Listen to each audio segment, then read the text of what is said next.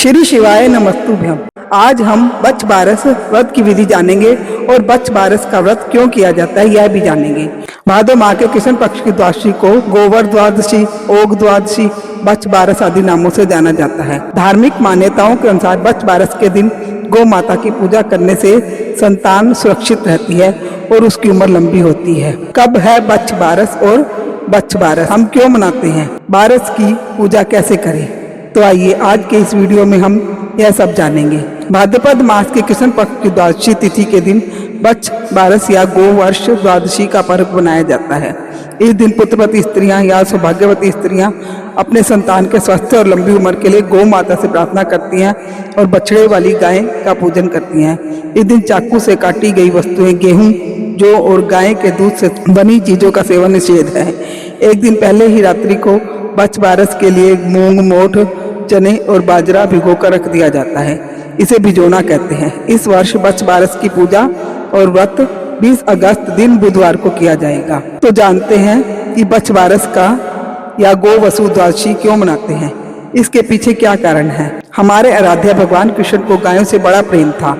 उन्होंने गौ सेवा के महत्व को लोगों को बताया और गाय को माता कहकर उसकी पूजा को प्रतिपादित किया। भगवान श्री कृष्ण स्वयं गायों की सेवा किया करते थे। उनके गायों के प्रति इस प्रेम को देखकर स्वयं कामधेनु ने बहुला गाय का रूप लेकर नंद बाबा की गौशाला में स्थान लिया था। भगवान श्री कृष्ण का एक नाम गोपाल भी है। इस दिन पहली बार भगवान श्री कृष्ण गायों और बछड़ों को चराने के लिए ले गए थे। माता यशोदा ने श्री कृष्ण को खूब सजा धजाकर और पूजा पाठ कराकर इस दिन गाय चराने के लिए भेजा था। उनके साथ उनके बड़े भाई बलराम भी थे। श्री कृष्ण उनके साथ गायों और उनके बछड़ों को लेकर चराने के लिए गए थे। इसीलिए इस दिन सब लोग गो पूजा करके भगवान श्री कृष्ण द्वारा दिए गए गो सेवा के संदेश को सम्मान देकर इसे एक पर्व के रूप में मनाते हैं। तो आइए अब जानते हैं बच्च बारस की पूजा कैसे करें। बच्च की पूजा विधि क्या है। बच्च बारस के दिन पुत्रवती स्त्रियां व्रत रखती हैं और गाय और बछड़े की पूजा करती हैं। बच्च बारस से एक दिन पहले रात्रि को इस दिन के लिए मूंग, मोठ, चने और बाजरा भिगोकर रख दिया जाता है। फिर प्रातःकाल स्नान आदि के बाद पूजा से पहले उसे कढ़ाई में छोंककर पका लिया जाता है। व्रत करने वाली स्त्री को बच्च बारस के दिन प्रातःकाल स्नान आदि नित्य क्रिया से निर्वृत्त होकर स्वच्छ कपड़े पहनने चाहिए। यदि आपके घर पर बछड़े वाली गाय, दूध देने वाली गाय हो तो बछड़े के साथ स्नान कराएं। फिर गाय और उसके बछड़े को नया कपड़ा ओढ़ाकर हल्दी चंदन से तिलक करें और फूलों की मालाएं पहनाएं। अगर संभव हो तो उनके सींगों को भी सजाएं। तत्पश्चात तांबे का एक बर्तन लेकर उसमें पानी भरें। उसमें तिल, अक्षत, इत्र और फूल डालकर गाय पर छिड़के और उसके पैरों पर यानी खुर पर जल डालें और यह करते समय निम्नलिखित मंत्र का पाठ करें। क्षरोन संभवते सुर असुर नमस्कृते सर्वदेव में मात्र ग्रहणा अर्घ नमो नमः। गाय माता के खुर पर लगी मिट्टी से अपने मस्तक पर टीका लगाएं।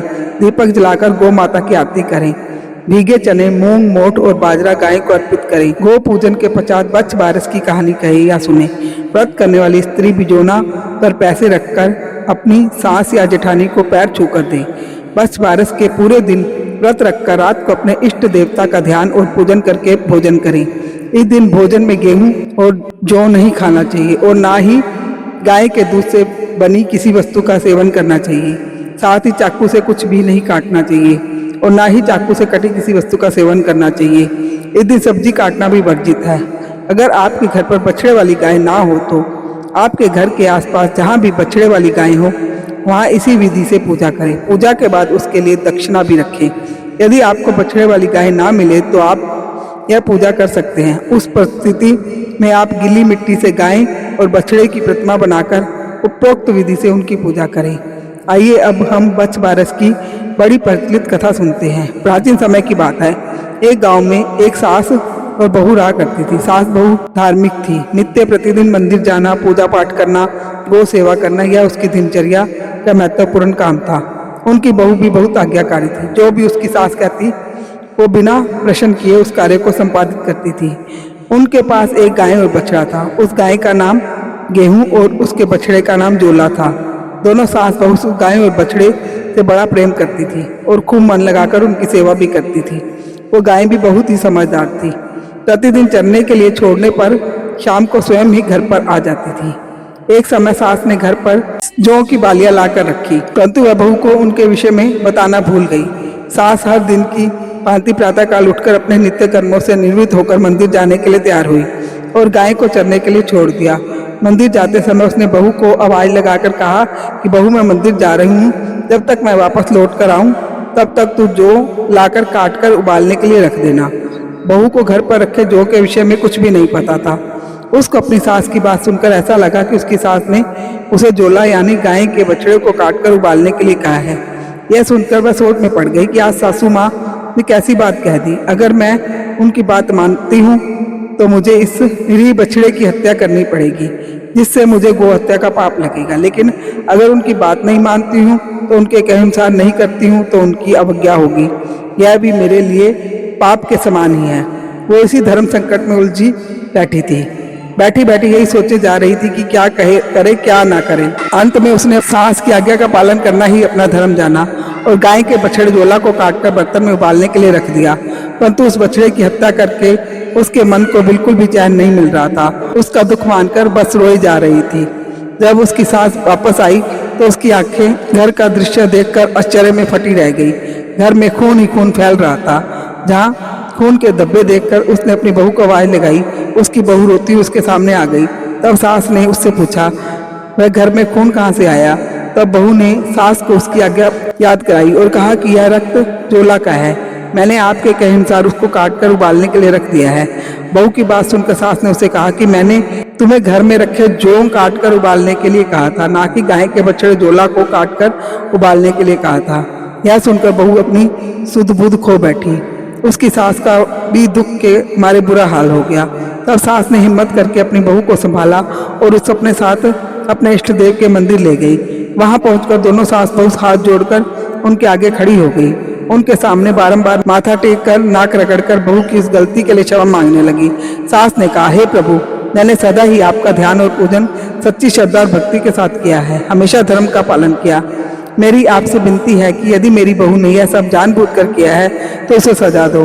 अगर इससे यह भूलवश हुआ है तो उसे क्षमा करो और उस बछड़े को पुनः जीवित कर दो। दोनों सास बहू मंदिर में भूखी प्यासी ईश्वर का ध्यान करती रही। जब शाम होने लगी तब उन्हें लगा कि अब गायें चरकर वापस आने वाली होगी और अपने बछड़े को जीवित ना पाकर उनका क्या हाल होगा। यही सोचकर वह मंदिर से घर के लिए रवाना हो गई। घर पहुंचकर उन्होंने देखा कि गाय भी आ चुकी है। सास बहू आगे के बारे में सोचकर भयभीत हो रही थी। तभी जैसे ही गाय रंभाते हुए घर की तरफ बढ़ी, उसका बछड़ा घर के अंदर से दौड़ता हुआ अपनी माँ के पास आ गया। यह देखकर दोनों सास बहुत विस्मित हो गई और बार बार ईश्वर का धन्यवाद देने लगी। तब उन्होंने घर जाकर उस गाय और बछड़े की खूब सेवा की। तब से स्त्रियां अपनी संतान की रक्षा और लंबी आयु के लिए बछबारस का व्रत और पूजन करती हैं। तो यह थी बछबारस की कथा। श्री शिवाय नमस्तुभ्यम।